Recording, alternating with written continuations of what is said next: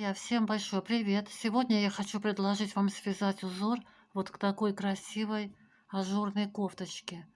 Узор ажурный, смотрится очень красиво, эффектно, но он не очень просвечивает, как можно это заметить. Поэтому таким узором можно связать кофточку не только на лето, но и на более холодное время года. Перед вами схема узора. На схеме указаны лицевые ряды. Это первый, третий, пятый и седьмой. Они вяжутся справа налево по условным обозначениям схемы, а также указаны четные ряды второй, четвертый, шестой и восьмой. Они вяжутся при поворотном вязании слева направо по рисунку. То есть видим лицевую, вяжем лицевую, видим изнаночную, вяжем изнаночную. В данном узоре все четные ряды при поворотном вязании провязываются изнаночными петлями полностью от начала до конца. Накиды также провязываются изнаночной петлей. Раппорт узора вверх по вязанию состоит из 8 рядов. Провязав последний, 8 изнаночный ряд, вы начинаете повторять узор вверх по вязанию, опять же с 1 по 8 ряд.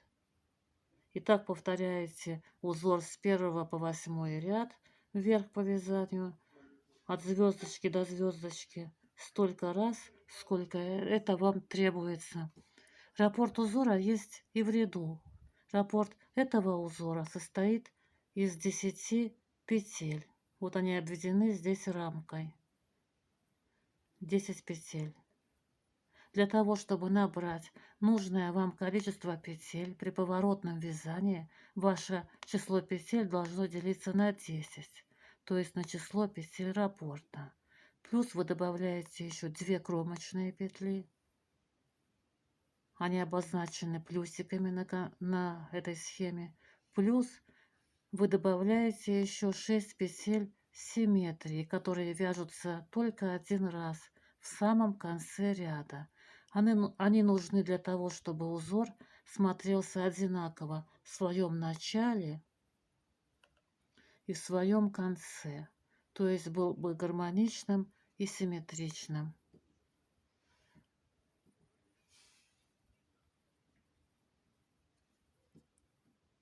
Этот узор можно вязать и по кругу. Для того, чтобы набрать нужное количество петель для вязания этого узора по кругу, ваше количество петель должно делиться на 10.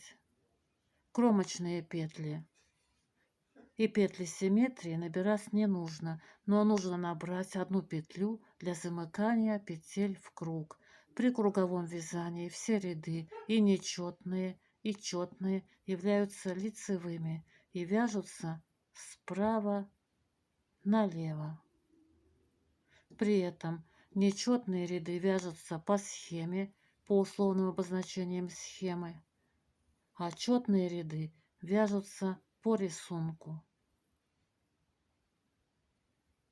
В данной схеме при круговом вязании все четные ряды полностью от начала своего до конца вяжутся лицевыми петлями.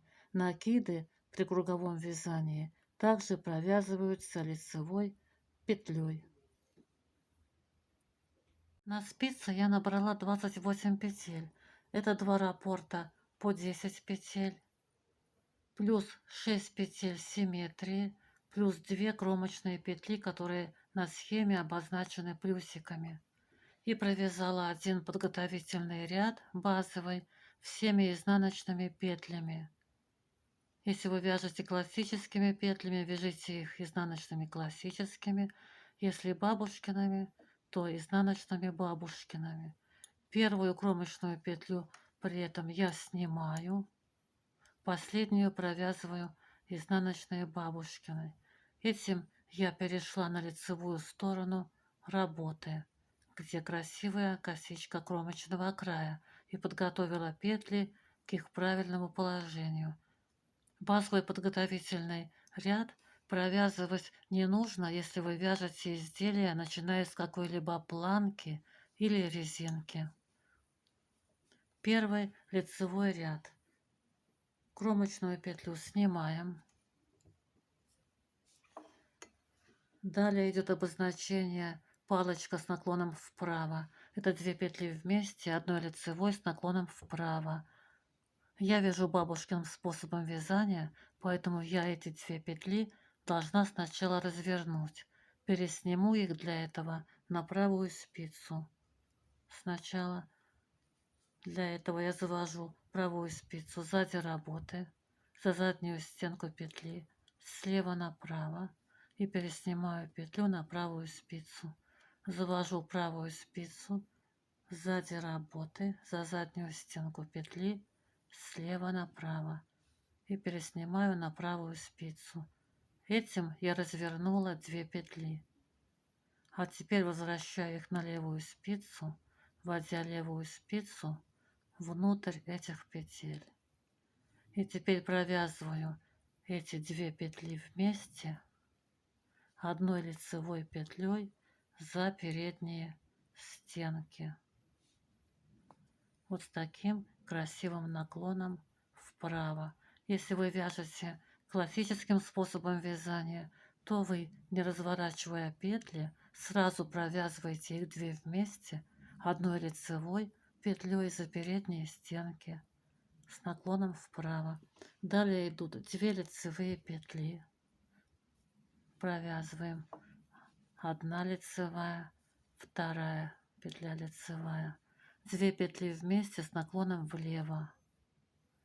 Я вяжу бабушкиным способом вязания, поэтому я сразу провязываю эти 2 петли вместе одной лицевой за задние стенки.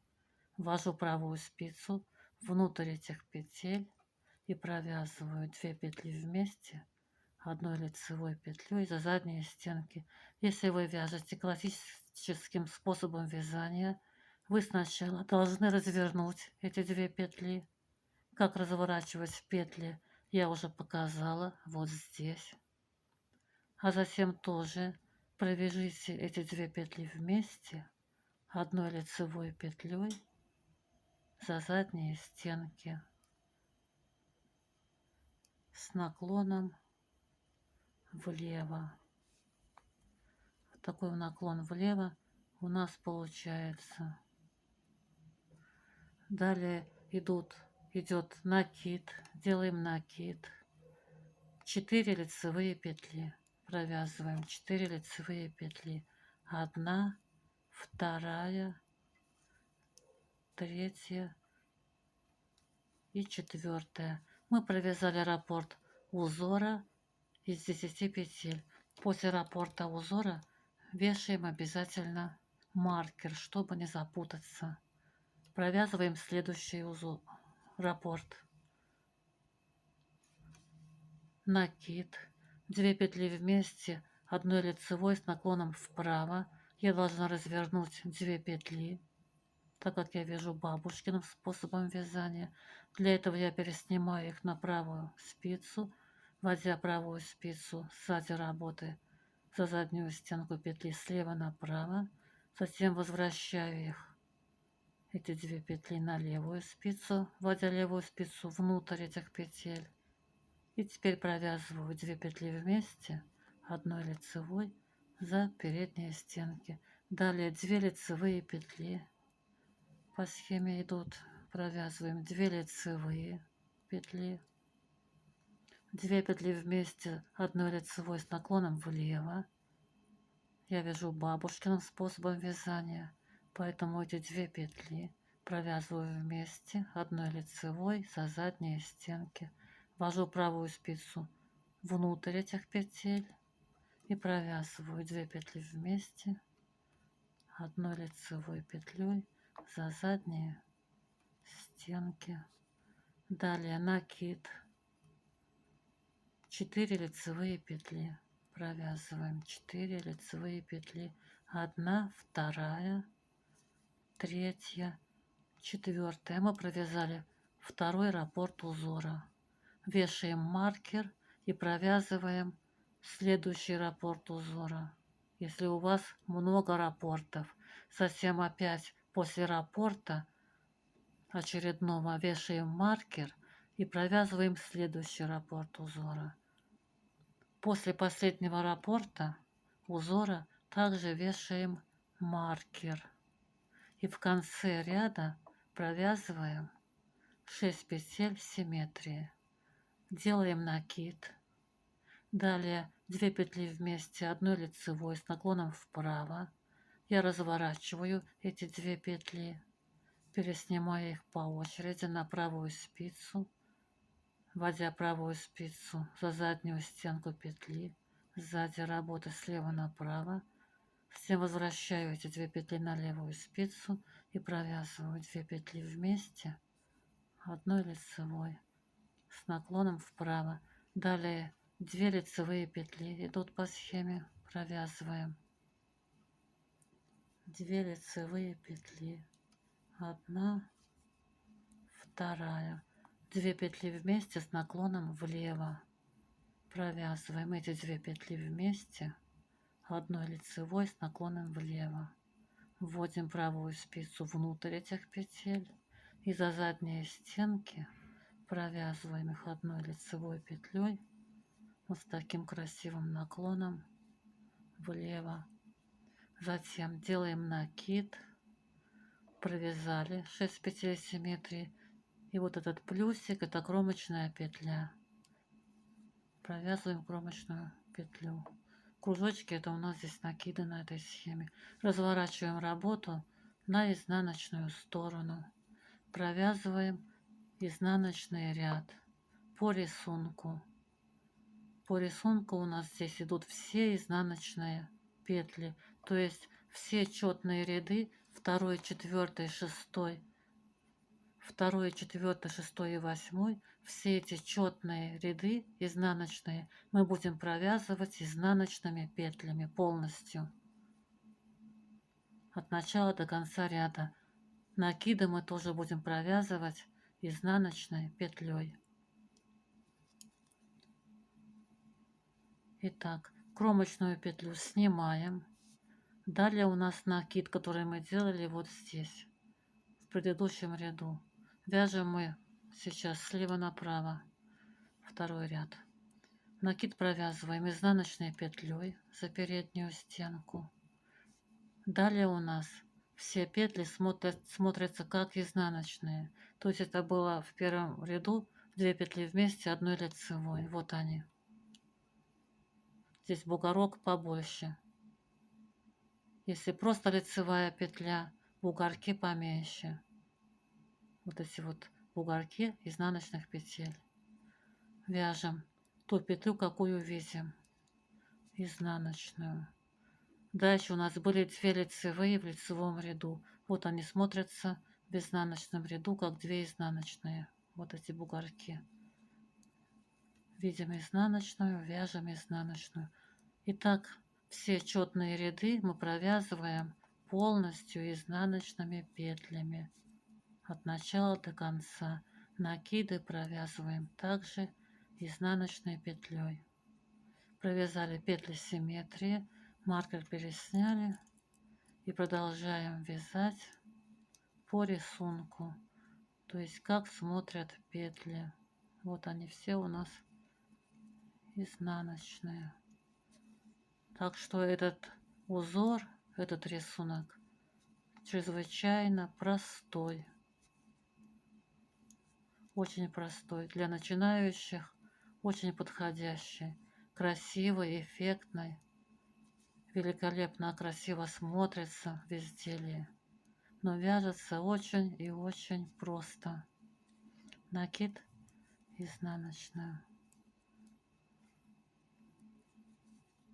Так, далее вяжем до конца ряда. Видим изнаночную, а мы здесь везде видим изнаночные, в изнаночном ряду. Вяжем изнаночные.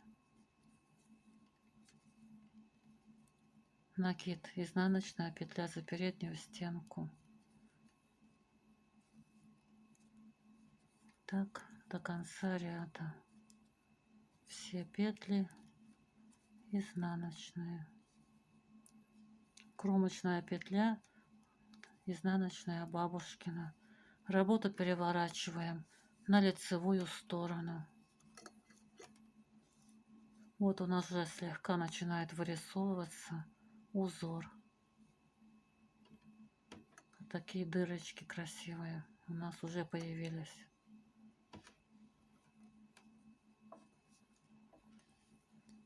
И далее, друзья, самостоятельно вяжите по этой схеме. Вы видите, что схема простая. Как вязать узор по схеме я показала попетельно. То есть смотрите каждое обозначение и его провязываете. Мы с вами провязали все обозначения, других обозначений здесь нет. И у вас получится вот такая красивая, эффектная кофточка, если вы будете ее вязать таким узором. Вот так красиво он смотрится, не очень просвечивает узор. Просто великолепный. И ажурный, и не просвечивает. То, что надо. Кто не любит, если сильно просвечивает узор. На этом у меня все. Друзья, если узор понравился, если мастер-класс оказался вам полезен, напишите, пожалуйста, комментарий, поставьте лайк. Кто не подписался еще, подпишитесь. На канале еще будет много интересного. На этом у меня все. Пока-пока. Всем легких петелек, хорошего настроения. Вяжите с удовольствием.